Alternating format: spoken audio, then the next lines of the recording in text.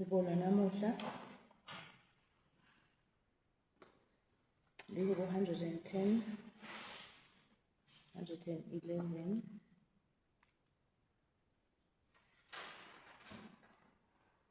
liku 110, 111, 112.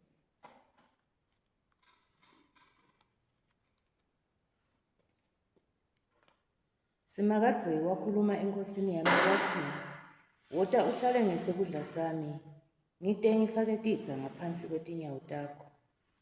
Intfo ngaye bukhosi bakho lobunemandla uyakuyelula. Wena Simakadze usesiyoni utsi, busa wena emkhatsini wetitsa takho.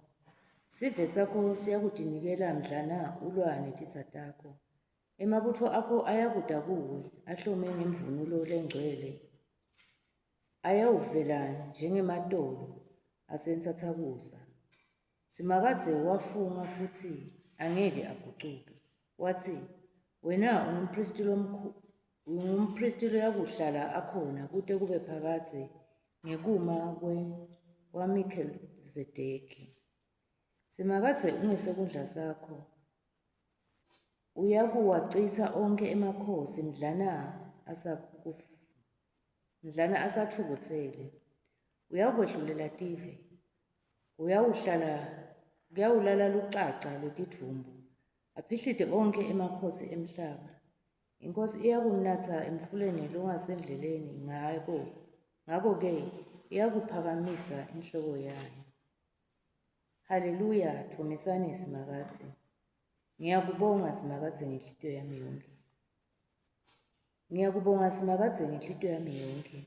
Ngimbonge emihlanganweni yalabacotfo neleyabangcwele. Mikhulu imisebenti yaSimakadze. Iphenywe ngibo bonke labatfokota ngayo. Imisebenti yakhe inebukhosi neludumo nekulunga kwakhe kume ingunaphakadze. Wente timangaliso takhe kutsi tikhumbuleke. Simakadze unemusa nebubele. Ubapha kudla labo labamesabako. Sivumelwano sakhe uyasikhumbula phakadze naphakadze. Sive sakhe usikhombise emandla emisebenti yakhe. Wasinika emave aletinye tive. Imisebenti yetandla takhe yetsembekile futsi ilungile. Yonke imitsetfo yakhe yetsembekile. Ayinakugucuka phakadze naphakadze. Yentiwa ngeliciniso nekulunga. Sive sakhe wasitfumelela kuhlengo. Wamisa sivumelwano sakhe kute kube phakadze. Lingcwele liyesabeka ligama lakhe. Kwesaba Nkulunkulu sicalo sekuhlakanipha. Bonke labahamba ngemitsetfo yakhe banengcondvo lenhle. Umelwe kudvunyiswa phakadze naphakadze. Haleluya, Thumisani Simakadze.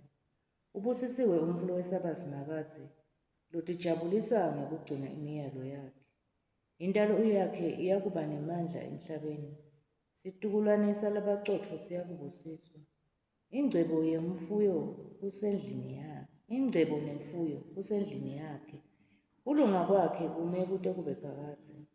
Labacotfo batfola kukhanya ebumnyameni. Simakadze unemusa nesihle nekulunga. Ubusisiwe umfula wephanako, abolekise ngesihle. Lowenta tonke tintfo ngekwetsembeka. Lolungile angeke anyakatiswe. Uyakuhlala akhunjulwa phakadze naphakadze. Imibiko lemibi ayimesabisi.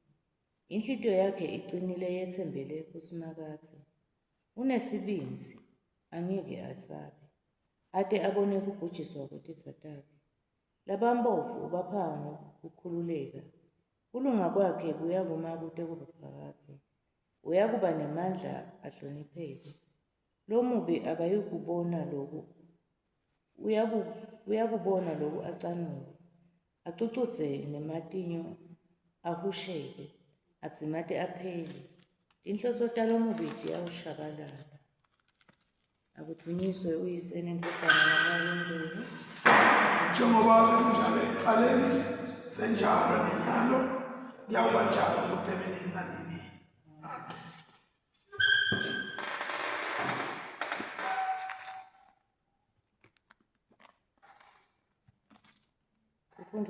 sifundo sanamuhla sisebTestamentini lelidzala encwadzini yemakhosi ekucala sahluko 22 from verse 29 siya verse 45. 1 Kings chapter 22 verse 29 to verse 45. Ngakho-ke Ahabi inkosi yaka-Israyeli kanye naJehoshafathi inkosi yakaJuda base bayakhuphuka baya eRamothi Giliyadi. Ahabi wakhuluma kuJehoshafathi wathi, "Mine ngitawungena emkhatsini wemabutho ngiphice umkhonto, kodwa wena ungatigcoka tingubo takho tebukhosi." Ngako Ahabi inkosi yaka-Israyeli wase waphica umkhonto wangena emkhatsini wemabutho agcoke letinye tingubo. Inkosi yaseSiriya yayibeyiyale tindvuna tayo tetincola temphi letingama-32 yatsi, "Nine ningalwi namuntfu lomunye, noma mncane noma mkhulu, nicondzane kuphela nenkosi yaka-Israyeli Ahabi." Letindvuna tetincola temphi tatsi natibona Jehoshafathi tacabanga kutsi ngempela lena ngiyo inkosi yaka-Israyeli. Ngako tagucukela kuye tayekumhlasela. Kodwa watsi Jehoshafathi nakakhala amemeta, letindvuna tetincola temphi tambona kutsi akasiyo lenkosi yaka-Israyeli, tase tiyayekela kumcosha. Kodwa lomunye wantsala bujobi bakhe wajijimeta wagwazeka Ahabi inkosi yaka-Israyeli emahlanganweni etembatfo takhe tetinsimbi letatimvikela. Inkosi Ahabi wakhuluma kuloloshayela incola yakhe yembi watsi, "Jikisa incola, ungikhiphe lapha empini, sengilimele." Lonke lelo langa impi yayibambene eTulu. Inkosi yasekelwa encoleni yayo ibhekene neMasiriya. Linxeba layo lopha ingadi yaze yageletela phansi encoleni. Kwathi kusihlwa inkosi Ahabi yafa. Lathi lingakashoni lilanga kwamenyetelwa kuyo yonke inkambu kuthiwa ngulowo nalowo akabuyele ekhaya lakhe, ngulowo eveni lakubo. Wafa kanjalo-ke Ahabi inkosi, wathathwa wayiswa eSamariya, bafike bamfihla khona. Le ncola yakhe bayigezela esitibeni lesasiseSamariya lapho kwakugezwa khona tingwadla. Tefika tinja tacapha ingadi ya-Ahabi njengobe livi lasemakadzeni lalishito. Leminye imininingwane ngekubusa kwa-Ahabi lifaka konke lokwenteka nesigodlo lasakha wasihlobisa ngematinyo etindlovu nemadolobha lawakhela tincaba, kubhaliwe encwadzini yemilandvo yemakhosi aka-Israyeli. Ahabi wafa. Ahaziya umsa wakhe waba yinkosi esikhundleni sakhe. Jehoshafathi umsa wa-Asa wabekwa waba yinkosi yakaJuda ngeminyaka wesine wekubusa kwa-Ahabi inkosi yaka-Israyeli. Jehoshafathi abe neminyaka lengama-33 budzala ngesikhatsi abekwa kuba yinkosi. Wabusela eJerusalem iminyaka lengama-25. Libito lenina bekungu-Azubha indvodzakati yaseShilihi. Kuko konke Jehoshafathi wahamba etinyatselweni teyise-Asa, akazange aphambuke kuto. Wenta lokuhle emehlweni esimakatsi. Noko tindzawo letiphakeme tekukhontela titicu akazange atisuse. Ngapho bantfu bebasachubeka nekwenta kuto imihlatshelo batfungise netimpepho. Jehoshafathi futsi abehlalisene ngekuthula nenkosi yaka-Israyeli. Leminye imininingwane ngekubusa kwenkosi Jehoshafathi, tintfo latiphumelelisa nekuhlasela kwemabutfo akhe, kubhaliwe encwadzini yemilandvo yemakhosi akaJuda. Phela lapho sifundo sekucala.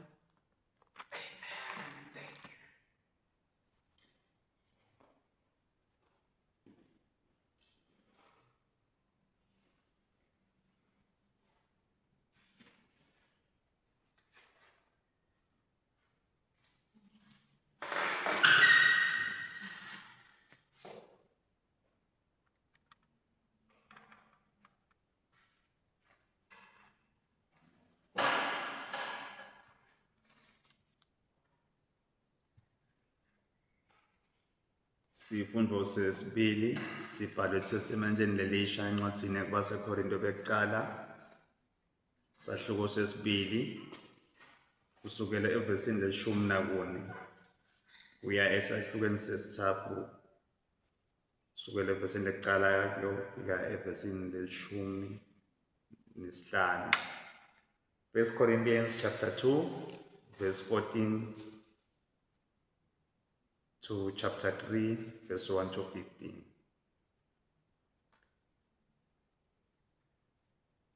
Umuntu wemvelo akakwemukeli lokhu kwamoya ngoba kubulima kuye, futhi angeke akuve ngobe uphenyisiswa ngamoya.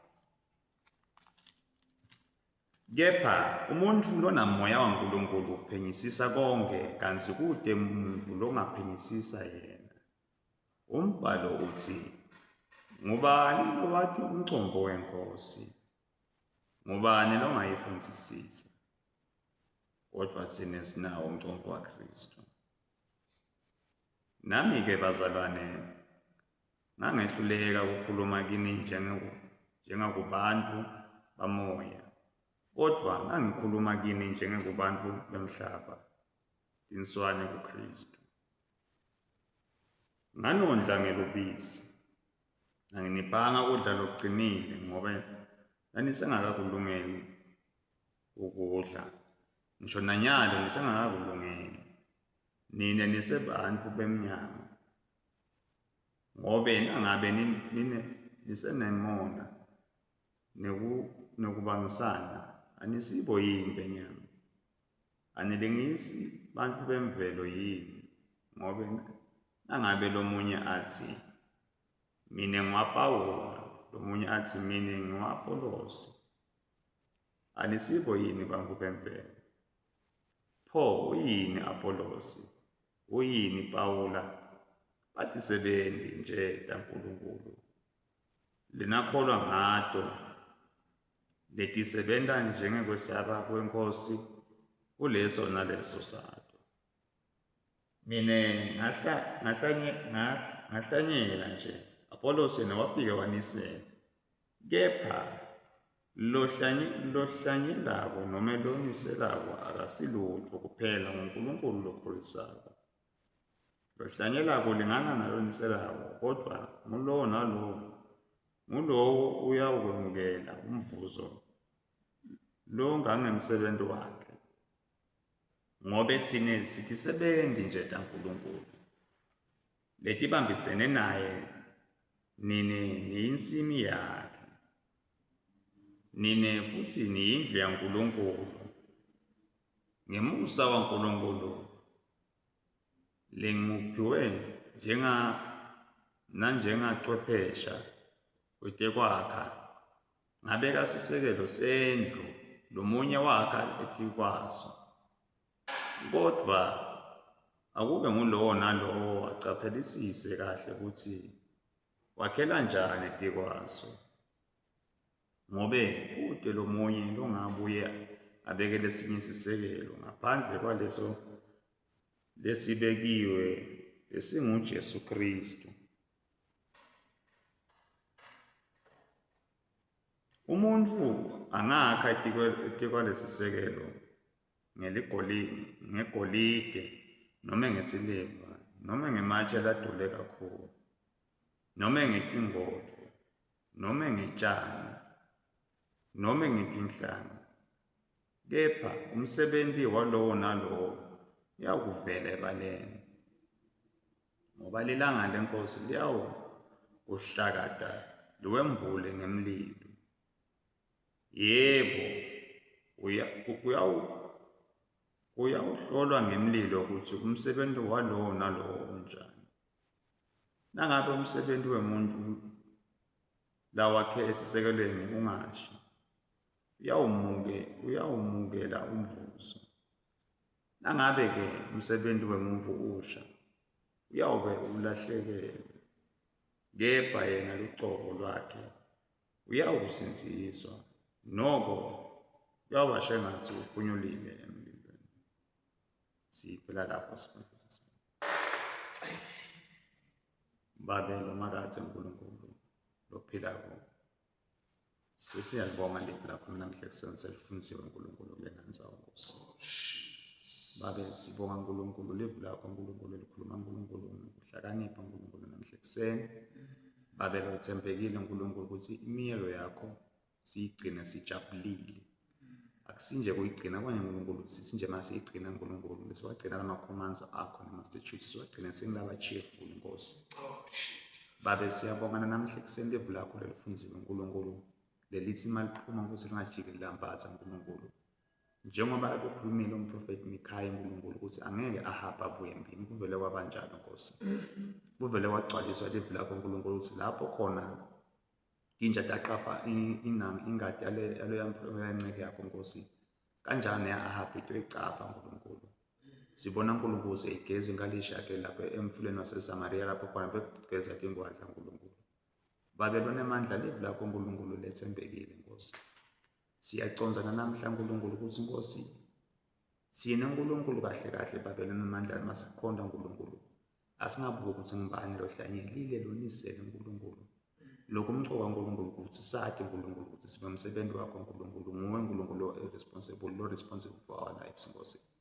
Babe uNkulunkulu namhla kuseni may you lay strong foundations Nkosi. uNkulunkulu onemandla upon our lives Nkosi lenemandla. Sikuleli bandla laseNglikeni uNkulunkulu sicela uNkulunkulu uqinise nama-foundations akho uNkulunkulu. Sibonga uNkulunkulu our Archbishop eSouthern Africa abomahoba uNkulunkulu onemandla. Bishop Olive laseSwatini uNkulunkulu sidlamini uNkulunkulu onemandla. Sicela uNkulunkulu uDiocese lakhe uNkulunkulu ubiyele uNkulunkulu ngama-foundations la firm. My God and my Father sibonga kule parish uNkulunkulu sigcinela our Reverend Babzungu babe lothembekile. Sibonga umbane Nkosi umshumayeli wethu babe dlamini uNkulunkulu onemandla. Sibonga uNkulunkulu head of ship Nkosi kade emalangeni umshumayeli wethu uNkulunkulu ukuthi babe belusibethu laba uNkulunkulu. Thina uNkulunkulu sitimvu telidlelo lakho lidlala laphakathe. Sibonga bukhosi belive lakaNkwani Nkosi. Sibonga uNkulunkulu ukuthi ngonyaka wamswati wesithathu namhla kuseni udayiqinisa uNkulunkulu uyiphela amandla uNkulunkulu nesigodlo uNkulunkulu nendlovukazi uNkulunkulu lelive laseSwatini uNkulunkulu boba betekhulu babe siyabancusela namhla kuseni Nkosi lenemandla cabinet lelive lakaNkwani and His Excellency Russell Dlamini deputy wakhe uNkulunkulu onemandla Thuli Dladla. uNkulunkulu wethembekile sicela uNkulunkulu ukuthi tonke uNkulunkulu indvuna tembuso bombasada labakuleli nabangaphandle kwalelive Nkosi emaveni ahlukahlukene Nkosi ubabiyele uNkulunkulu ngesandla sakho sangemusa nangemsangalo wetingilosi. My God and my Father siyakhuleka namhla kuseni uNkulunkulu wethembekile kwangase uNkulunkulu babe lohlala njalo enkhathimlweni Nkosi ngaba uNkulunkulu wethembekile konke lama ministries Nkosi ngokwahlukahlukana uNkulunkulu. Sibonga uNkulunkulu ministry justice uNkulunkulu lapha uNkulunkulu judiciary uNkulunkulu. Sibonga uNkulunkulu ukuthi my God and my Father Nkosi sibonga ukulungisa uNkulunkulu lelive Nkosi kunekuthula Nkosi ngencane judiciary. My God uNkulunkulu onamandla sicela umphe amandla uNkulunkulu chief justice bekungaphalala uNkulunkulu asayihola uNkulunkulu judiciary. My God and my Father sikhulekela uNkulunkulu etinkantolo uNkulunkulu kusukela uNkulunkulu inkantolo magistrate inkantolo lephakeme uNkulunkulu kalelive kwangathi uNkulunkulu ungangenelela ngesandla sakho sangemusa uNkulunkulu. Kuningi lababhekene nako bamba bakho Nkosi baseta execute ama-duties Nkosi betinkundla temacala Nkosi ngokwahlukahlukana babe ngicela uNkulunkulu ukuthi ungenelele Nkosi la uNkulunkulu ukuthi ube nabo uNkulunkulu othembekile Nkosi. Sicela uNkulunkulu ukuthi tonke tisebenze tembuso Nkosi uNkulunkulu basebenze uNkulunkulu ngokwethembeka uNkulunkulu namhla uNkulunkulu unamandla uNkulunkulu othembekile basebenze ngokukhandla uNkulunkulu tabaphe amandla Nkosi. Ngicela uNkulunkulu baqinise Nkosi susa bonke biyaluyalo Nkosi kungalezi confusion basaza execute ama-duties wabo babe uNkulunkulu onemandla. Siyakhuleka namhla kuseni uNkulunkulu sikhulekele imigwaqo yethu uNkulunkulu sikhulekele uNkulunkulu ema-career paths. My God and my Father may you please my God and my Father lay your hand of glory my God may you cover those roads uNkulunkulu with the precious blood of Jesus. Oh my God and my Father so we are praying today my God Spirit of the living God may you prevail over this country my God. uNkulunkulu onemandla enkundleni tekuchumana ngaba bantwana bakho uyabathi they couldn't make it uNkulunkulu unto this place njenganaba bantwana bakho bakhona kunayandzawo Nkosi labetawuthepha unto the fresh anointing people takho tahlale ti-fresh Nkosi. Nanamhla ekuseni uNkulunkulu sicela Nkosi udedele amandla lamasha ngaba abantwana bakho bavuselele umoya Nkosi uintervene kuma-finances abo Nkulunkulu sikhuluma Nkosi live Nkulunkulu le-prosperity Nkulunkulu mayidedele ingadi yakho Nkulunkulu uvuleke iminyango levaliwe Nkosi labakulabo Nkulunkulu emakhaya Nkulunkulu labangekho kulena ndzawo Nkulunkulu sicela nal-altara lakho Nkulunkulu liba-connecte Nkosi nemandla ekuphila Nkosi lephilako babe lohlala njalo Nkosi engadi emntweni may your glory Nkosi my God and my Father be released upon their lives, my God, in every area of life. Might it be elect or ukula Nkosi invalidity Nkosi ngicela Nkosi ubaphile Nkosi baphilise Nkosi mababandle kuphila nanamhla ekuseni Nkulunkulu ngikhulekela Nkulunkulu etikolo Nkulunkulu bantwana bakho basethe ezikolweni Nkosi babe sibungatha Nkulunkulu uvula kwetikolo Nkulunkulu ithini legcina Nkulunkulu Nkosi wangathi Nkulunkulu unga-intervene etikolweni Nkulunkulu miningi imimoya lekhona Nkosi konje siyakhalima leyo moya Nkulunkulu ngegama likaJesu Kristu waseNazaretha wena ebusafeni lokungcwele ungibabe Nkulunkulu konke lokwavela ngawe ngegama likaJesu umJesu Nkulunkulu undvodzana Nkosi babe lonemandla nengadi kaJesu Kristu waseNazaretha mayisilwele letikolweni Nkosi ebusafeni lokungcwele Nkulunkulu moya longcwele sicela usincusele ngenkululeko yethu namhla ekuseni in Jesus mighty name Amen. Praise God, praise God, praise God, praise God, praise God, praise God. Siyambonga Nkulunkulu ekuseni siyambonga.